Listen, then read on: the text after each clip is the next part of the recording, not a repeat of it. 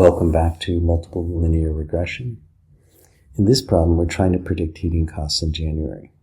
So you want to determine if you can predict the cost of heating a home in January based on average outside temperature, inches of insulation in the attic, and age of the furnace. So which of these are good predictors?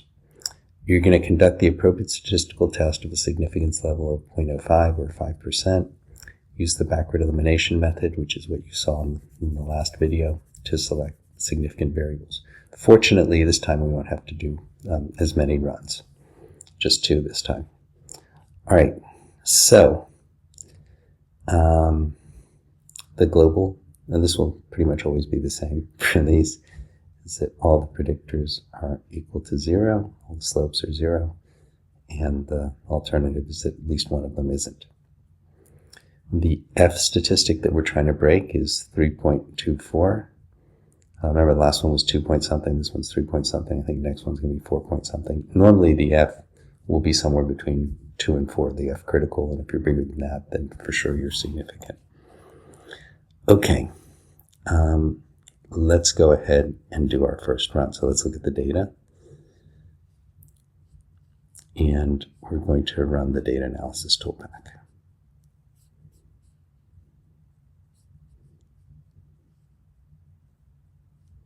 So this time we do need to pick the Y range because the Y range that it will remember from last time will be off. It'll be too long. So make sure you do pick the Y range. And then the X range, which will also be too long. So make sure you do that again.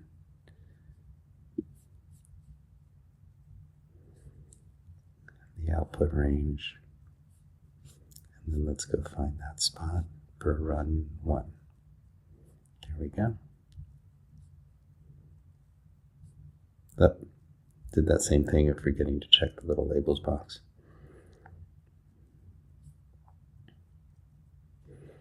Okay, now let's reference some of this output. The R squared, lower than the last problem. The standard error, residual, degrees of freedom, the F statistic. Again, a lot smaller than the last problem, but still, 22 is still a lot bigger than 3 point something. And so the probability is effectively a really small number, which for all intents and purposes is 0. Okay, the intercept. And those 3 predictors. And then the coefficients.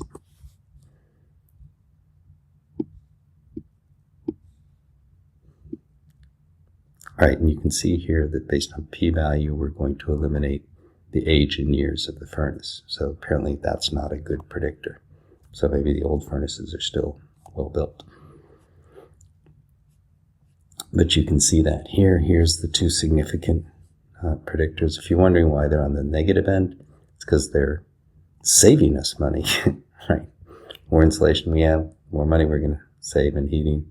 The higher the temperature outside, the more money we're going to save in heating because the furnace doesn't have to work as hard inside. But the age is in the fail to reject region, so that one's got to go. Age of the furnace. The old stuff is still built well. So we come here. The age of the furnace is item number 4. So take that out and its associated comma. And then run the data analysis toolpath again. Remember the Y range stays the same, so all you have to do is change the X range to take out that last column. And then you do have to change the output range to where run 2 goes, which is here.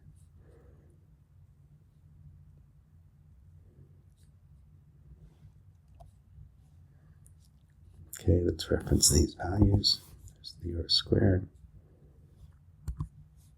standard error, degrees of freedom, residual, the F,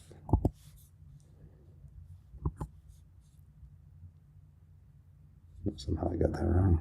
Let's try it again. The the significance, the probability of F, which effectively is still 0.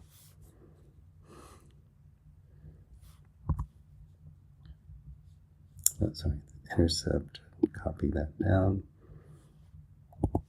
And then the coefficients, copy that down and across. All right, and you can see that all of these now, or the two remaining, remember intercept doesn't count, the two remaining predictors are both less than 0.05, so they're both significant. We can see that on the graph too. Now, the graph, you're wondering, well, what happened in the graph?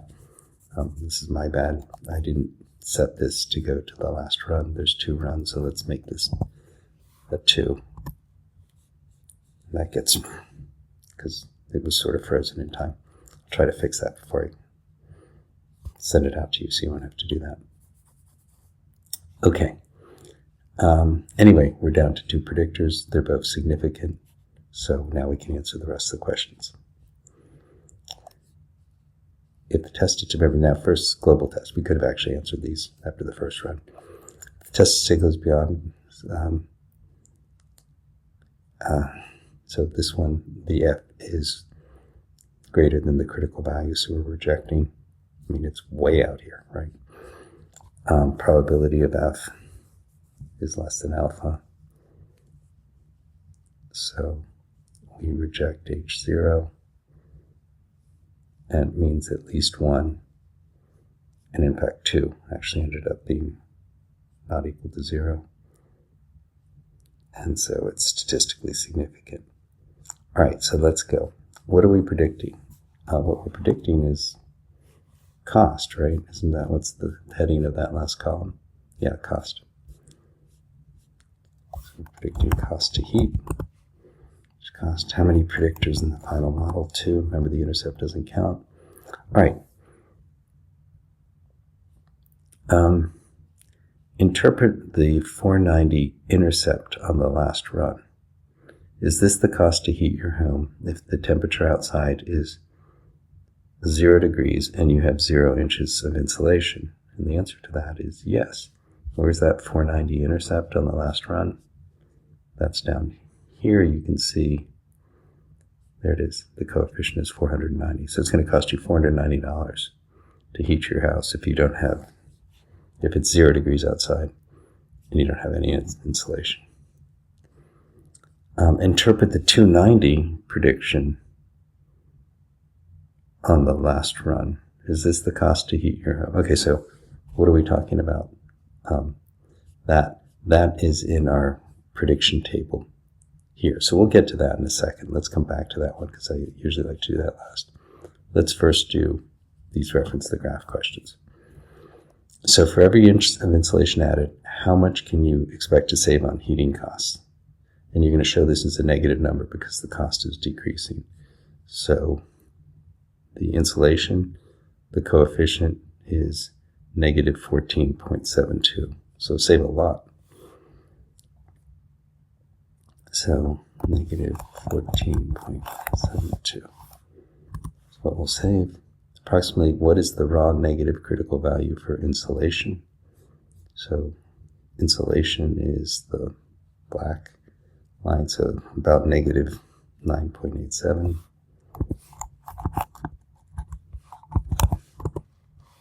The interpretation is that if the insulation increases by 1 inch and the cost changes more than 987, actually reduces by more than 987, then insulation predicts costs. Otherwise, it's just sampling error. Well, insulation does predict cost because we are beyond that negative 987. We're at negative 14.72. All right, so for every increase of 1 degree in the outside temperature, how much can you expect to save on heating costs? So here's temperature. You're going to save, it's negative 5.15 is the coefficient. So you're going to save negative 5.15. We're putting it negative because it's a cost savings. And what's the critical value? So remember, for insulation, the critical value is negative 9.87, but temperature, it's negative 1.40. or close to that. The interpretation for the critical value of temperature is that if temperature increases by 1 degree and cost changes by more than 140, right, meaning that you save even more, then temperature predicts cost. Otherwise, it's just sampling error, so temperature does predict cost. All right, now let's finish this up, and then we can answer the remaining questions up top. So, in this case, we're going to pretend that we're going to, the temperature outside increases by 10 degrees, and we add 10 inches of insulation, right? And these numbers could be pretty much anything. This is just for illustration. So this equals that times that. Let me copy this down. And then the sum. Now remember, the sum does include the intercept number. All right, and then the lower bound is equal to that number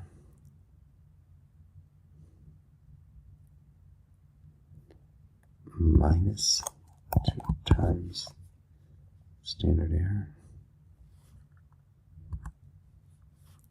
and that number plus 2 times the standard error. So that's our prediction range. All right, now let's try to interpret some of this, and that's what these questions up here were getting at. Interpret the 290 prediction on the last run. Actually, it's 292. I'll try to change that.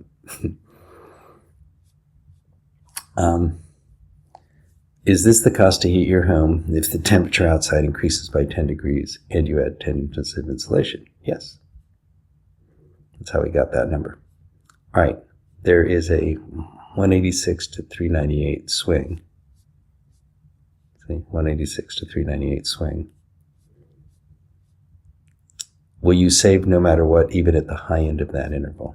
Yes, you save no matter what, because even at the 398, right, which is the highest your cost could be if you did if the temperature went up and the insulation, you're still better off than you were at the 490, which would be a temperature of 0 and no insulation.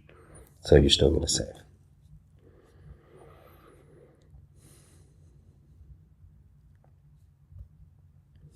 And we're all done. All right. Now, the last tab that we have, remember these two tabs correspond to effectively the prep assignment as part of this extra credit. And the last tab corresponds to what would be the homework assignment of the extra credit. So the last tab, the housing tab here, is one that you're going to do on your own. It's very, very similar to the one we just did. You've got 3 predictors potentially in the model. One of these is going to drop out, and then you'll be left with 2 predictors. So good luck with that, and obviously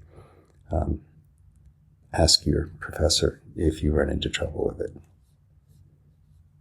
Thank you.